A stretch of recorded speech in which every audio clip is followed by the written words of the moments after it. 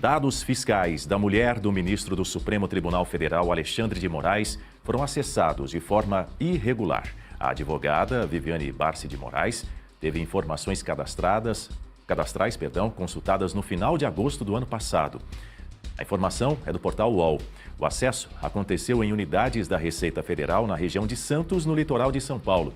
Os dados incluíam nome completo, número do CPF, nome da mãe e data de nascimento. Não houve consulta a declarações de imposto de renda ou informações mais sensíveis. Uma servidora da Receita Federal em Santos é suspeita de fazer esse acesso.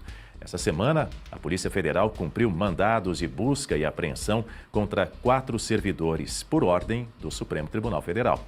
A defesa da servidora nega qualquer acesso indevido ou vazamento de dados. A Receita abriu procedimento interno porque dados de parentes de autoridades exigem justificativa para consulta. A nota emitida aí, portanto, pelo advogado dessa servidora diz que não houve nenhum tipo de vazamento. Negou qualquer possibilidade de ter havido um vazamento de dados da mulher do ministro Alexandre de Moraes, Gutapini. Olha, Dani, o presidente da Unafisco, essa associação dos peritos da Receita Federal, dos servidores da Receita Federal, em entrevista ontem, ele esclareceu alguns pontos sobre a atividade desses servidores. Então, vejam, a Receita Federal, através dos seus servidores, ela pode consultar esses dados. Isso não significa necessariamente a quebra do sigilo. Ele disse que acontece também muito por curiosidade de servidores que querem saber, querem consultar, querem entender o que está acontecendo. E isso está errado. Isso é uma infração disciplinar, mas isso não significa quebra do sigilo. Muitos deles acessam apenas os dados pessoais, de data de aniversário, e não chega a quebrar o sigilo a ponto de vazar esses dados. Então, uma coisa é uma coisa, outra coisa é outra coisa. Não tem justificativa neste momento para a tornozeleira eletrônica, para essas medidas cautelares que foram impostas pelo ministro, apreensão de passaporte, proibição de sair do país.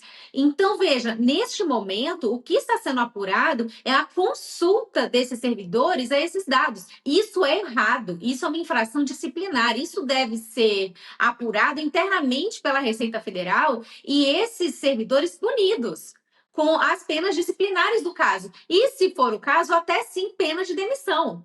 Mas isso é uma violação funcional. Isso não chega a ser um crime da forma como o ministro Alexandre de Moraes está querendo colocar, pelo menos até o momento. Não há comprovação de vazamento de dados, da venda desses dados, desses sigilos. Então, veja, até que isso seja configurado, essas medidas cautelares não se justificam. O que parece é realmente o ministro tentando dobrar uma aposta, mostrar quem é que manda no país e que com os ministros do Supremo ninguém mexe, ninguém toca. Inclusive, a mídia tem divulgado também um grande mal-estar ali na corte, ministros ouvidos pela imprensa em sigilo têm relatado essa questão de que Alexandre de Moraes está com sangue nos olhos e que ninguém mais confia em ninguém lá. Já tem até suspeitas do ministro Alexandre de Moraes ter feito um dossiê em relação aos outros ministros. Isso é o que nós temos visto sair na imprensa. Então, Dani, o que nós estamos assistindo é uma operação desproporcional para os fatos que vieram à tona até agora. O acesso aos dados de qualquer pessoa, seja um civil, seja uma autoridade, nada disso pode ser feito sem um fundamento, sem uma razão para tal. Mas a resposta do Estado para esse desvio funcional, neste momento, está sendo desproporcional. Uma penalidade disciplinar, uma advertência, suspensão e até mesmo uma demissão. Mas chegar ao ponto de colocar a tornozeleira eletrônica, vejam, o que está sendo divulgado agora é que não houve necessariamente um vazamento ou quebra de sigilo, houve uma consulta a dados pessoais. Isso é muito diferente de quebra de sigilo e vazamento de dados. Marcelo Rocha Monteiro já está conosco aqui, aparecendo em tela no Jornal da Oeste, primeira edição. Bom dia, Marcelo. Seja muito bem-vindo. Bom tê-lo conosco. Bom dia, Daniel, Guta, Berenice. Bom dia ao nosso público. Vamos lá. Marcelo, eu quero te ouvir também, porque essa servidora acusada de supostamente acessar os dados da mulher do ministro Alexandre de Moraes, a advogada Viviane Barsi de Moraes, negou já ter feito a consulta. O nome dela é Ruth Machado dos Santos e ela foi afastada, inclusive, foi impedida de acessar o seu local de trabalho depois que veio à tona essa informação. Ela é acusada de ter acessado os dados cadastrais da Viviane, como CPF, nome da mãe, data de nascimento. Tudo isso teria ocorrido ainda no ano passado. Ela é servidora da Receita em Guarujá, no litoral de São Paulo, e por decisão judicial, portanto, ela foi impedida de entrar na unidade e de acessar os computadores. Pois é, e de quem foi essa decisão judicial tão violenta, tão desproporcional, como disse a Guta, não é? Inclusive com tornozeleira eletrônica, no momento ainda inicial de investigação, de uma servidora que não se sabe se cometeu crime ou se cometeu mera infração disciplinar, mas já está sendo tratada com todo rigor. De quem é essa decisão? Essa decisão é do marido da pessoa que teve os seus dados divulgados. Por que o Código de Processo Penal proíbe que um juiz atue no caso em que ele tenha sido vítima ou que a mulher dele tenha sido vítima? Exatamente porque a lei não quer que o juiz atue com sangue nos olhos. Ela não quer que o juiz busque vingança de uma pessoa da qual ele tem raiva, porque essa pessoa, na opinião dele, divulgou dados da família dele. E dados que, convenhamos, nesse caso específico, são muito constrangedores, porque o que foi divulgado é que essa senhora recebeu uma fortuna, 129 milhões de reais, a doutora Viviane de Moraes recebeu do banqueiro Picareta, do Daniel Vorcaro. Uma quantia que não se justifica em termos de contrato de honorários advocatícios. Isso não existe. E, diante desse constrangimento que a família Moraes, digamos assim, sofreu, é claro que o senhor Moraes quer ver essa servidora punida. É claro que o senhor Moraes está com sangue nos olhos. Ele quer vingança. Se ele quer vingança, se ele está com sangue nos olhos, ele não pode ser juiz, porque o juiz não pode ter sangue nos olhos. A única coisa que ele pode ter nos olhos é um exame sereno, isento da situação, para tomar decisões proporcionais. Foi crime? Não foi crime? Foi uma simples infração disciplinar? Então, esse senso de proporção que caracteriza, ou que tem que caracterizar a atuação da justiça, né? Punir de forma mais grave a conduta mais grave, punir de forma mais leve a conduta errada mais leve, e não punir se não houve erro. Esse tipo de exame sereno, isento, calmo e cuidadoso não pode ser realizado por um sujeito que, evidentemente, né, está com sangue nos olhos e quer punir a qualquer custo alguém que, na visão dele, colocou a sua família numa posição de exposição pública bastante constrangedora. Então, a gente está vendo, nesse caso, um exemplo, né? Uma razão de ser da existência do que a gente chama de regras de impedimento e suspeição no Código de Processo Penal. Regras que, mais uma vez, estão sendo atropeladas pelo senhor Alexandre de Moraes. Pois é, ao todo a Polícia Federal ouviu os 4 servidores suspeitos de vazar esses dados fiscais de ministros do Supremo Tribunal Federal e de seus familiares. Os depoimentos foram colhidos logo após a operação realizada no começo dessa semana, na última terça-feira, para evitar possível combinação de versões entre os investigados. A PF apura nesse momento se houve acesso de fato indevido a informações sigilosas, incluindo esses dados que a gente falava há pouco, da mulher do ministro Alexandre de Moraes. A suspeita é de que os dados tenham sido obtidos para uma eventual venda a terceiros. Berenice Leite. Ao todo, portanto, 4 servidores foram alvo dessas buscas e apreensões. Isso tudo aconteceu nas cidades de São Paulo, Rio de Janeiro e também no interior da Bahia. E a gente já falava aqui sobre as medidas que foram autorizadas pelo ministro Alexandre de Moraes no âmbito desse inquérito das fake news que a gente mostrou ontem. Vai completar em março, daqui a alguns dias, 7 anos. Inquérito gigantesco. Mais um para conta. Pois é, Daniel. Agora, eu estou achando muito estranho, primeiro porque o Supremo Tribunal Federal revelou os nomes ali dos servidores da Receita Federal, que eu considero que estão sendo os bodes expiatórios do momento para o ministro Alexandre de Moraes, tá? Vamos lembrar aqui, em primeiro lugar, qual é o pano de fundo de toda essa operação que nós tivemos na terça de carnaval? O contrato de 129 milhões firmado entre o escritório da esposa do ministro Moraes e o Banco Master, que está sendo investigado por fraude financeira e o processo está lá no STF. Bom, quem trouxe essas informações foi uma jornalista, Malu Gaspar.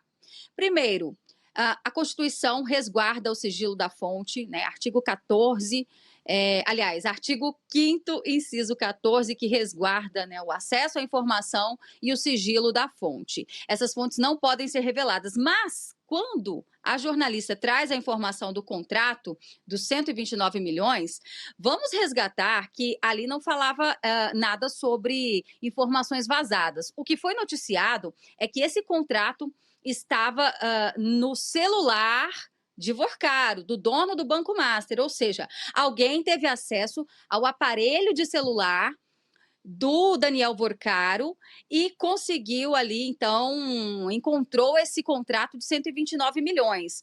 O que me parece é que o ministro Alexandre de Moraes está tentando mudar a narrativa e dizer que esse contrato da esposa dele com o Banco Master, ele tornou-se público via um vazamento de informações da Receita Federal. Então, nós não podemos nos deixar levar por essa narrativa que está escrita ali na decisão do ministro que autorizou a operação da Polícia Federal. Afinal, foi um servidor que consultou essa informação do contrato e trouxe isso, como o Moraes quer colocar na decisão dele, que supostamente teria até vendido essa informação, ou a jornalista Malu Gaspar, como diz ali na informação do contrato, ela teve acesso a alguém que, no celular do Vorcaro, que já tinha sido apreendido, ele tinha vários celulares, não é só um, tá?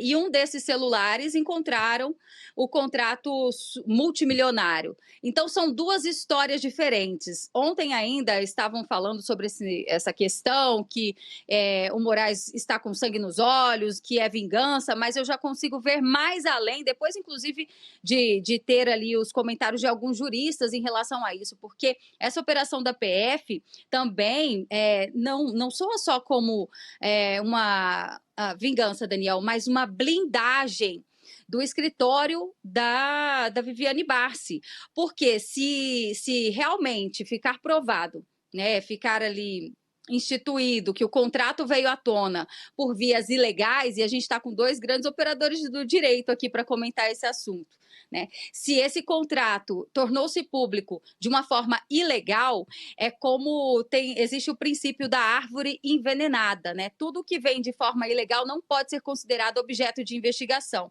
Então, ainda que exista esse contrato inexplicável com esse valor, né, que não se justifica, ele não vai poder ser usado contra o escritório da esposa do Moraes, porque ele foi obtido de forma ilegal. Claro, de acordo com a narrativa do Moraes, que diz que foi algum servidor da Receita que vazou essa informação. A gente vai ouvir como reagiu o presidente da União Nacional da Fiscalização, a Unafisco, que é o Kleber Cabral. Como é que ele reagiu a essas prisões e a essa ação da Polícia Federal? Agora, quando isso é sempre colocado como um ataque à instituição, então coloca todos os ministros, aí coloca o PGR, aí coloca os parentes até não sei qual grau, entendeu? Tanto que essa pessoa, quer dizer, uma enteada, quer dizer, filha da ex-mulher, e estava na lista, tanto que apareceu. E aí, é o que eu digo, na nossa visão, na nossa leitura, é uma forma de... Vai ter algum falso positivo, entendeu?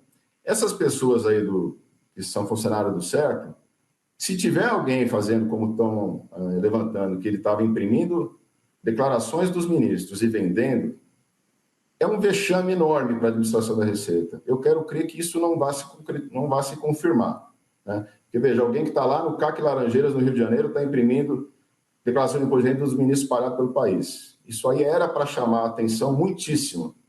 Vai dar o sistema alerta para ele, para todo mundo. Eu acho muito improvável que isso se confirme. Mas vamos ver. Eu posso dizer, pelo auditor fiscal, que isso em absoluto aconteceu. Quando apareceu essa confusão, que ele fez e reconhece, entendeu? Mas nós precisamos ter um pouco de proporcionalidade. Quer dizer, ele sabia que, ao confessar isso, a Corregedoria vai abrir um PAD, ele vai lá ser ouvido e ele vai ser penalizado, conforme diz o manual. Ele vai levar uma advertência. É isso que ele esperava, e não receber a Polícia Federal às 6 horas da manhã, né, fazendo mandado de busca na sua casa e botando uma tornozeleira.